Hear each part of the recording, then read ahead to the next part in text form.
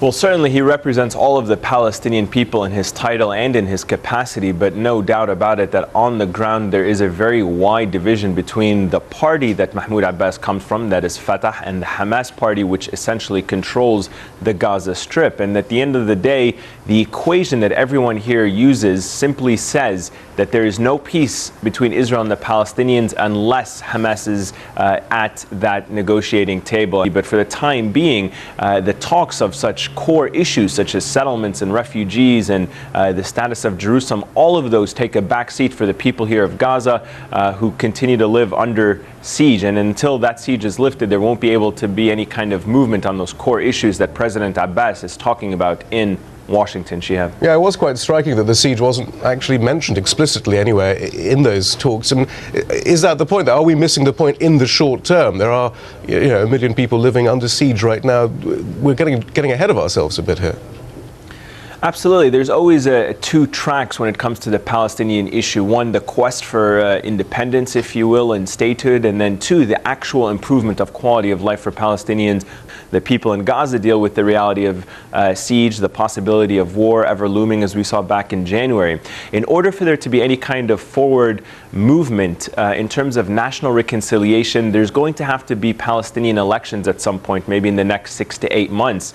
If that is going to take place, that must also guarantee that the international community would indeed acknowledge the outcome. We saw back in 2006 when Hamas won elections, the international community imposed an embargo, or if you will, a boycott of those results. And so this time around, Hamas wants President Mahmoud Abbas, while he's in Washington, to secure some kind of commitment that indeed, if it abides by these national reconciliation talks, if it goes forward and agrees to elections that can somehow unite the Palestinian political landscape, that in fact the international community will do business with Hamas. And the sense here among many of those that we've spoken to in Hamas is that it's not about recognizing the previous agreements and the quartet demands, but the fact that the international community recognize Hamas has to play a role in solving the Palestinian issue and allowing them a seat at the table. So there's still a very wide gap on the ground here, and then the reality for the daily people that the discussions of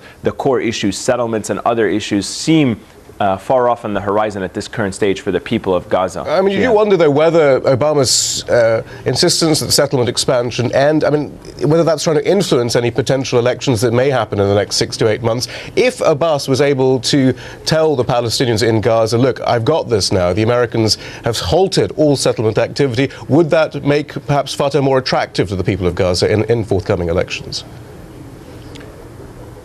Absolutely. That's a very important point, and actually a point that in 2006 Hamas exploited to its advantage in the elections.